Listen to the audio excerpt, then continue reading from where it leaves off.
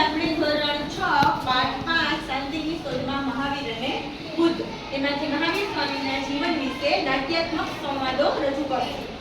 હું વર્ધમાન છું. મારો જન્મ પૂર્વ બ્રાહ્મણ રાજ્યમાં થયો. હું વર્ધમાન નથી રસીદાર છું. શિલા દેવી છું. વર્ધમાન તારું મન તો અધ્યાત્મમાં પહોળાયેલું રહે છે. મેં ઇન્દ્રિયો પર વિજય મેળવ્યો એટલે હું જીન કહેવાય.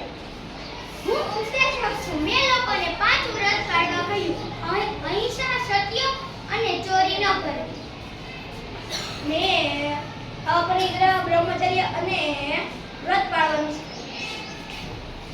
મેં મારો ઉપદેશ પ્રાકૃત અને અજમાપતી ભાષામાં લખ્યો અને કારણ કે લોકો સમજી શકે.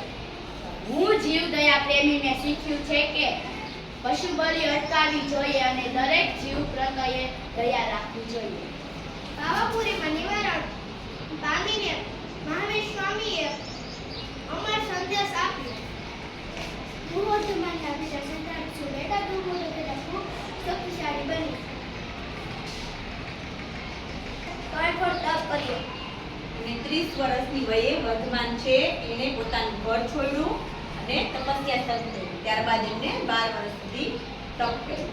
બરાબર. અને પાવાપુરીમાં નિર્વાણ પામ્યા.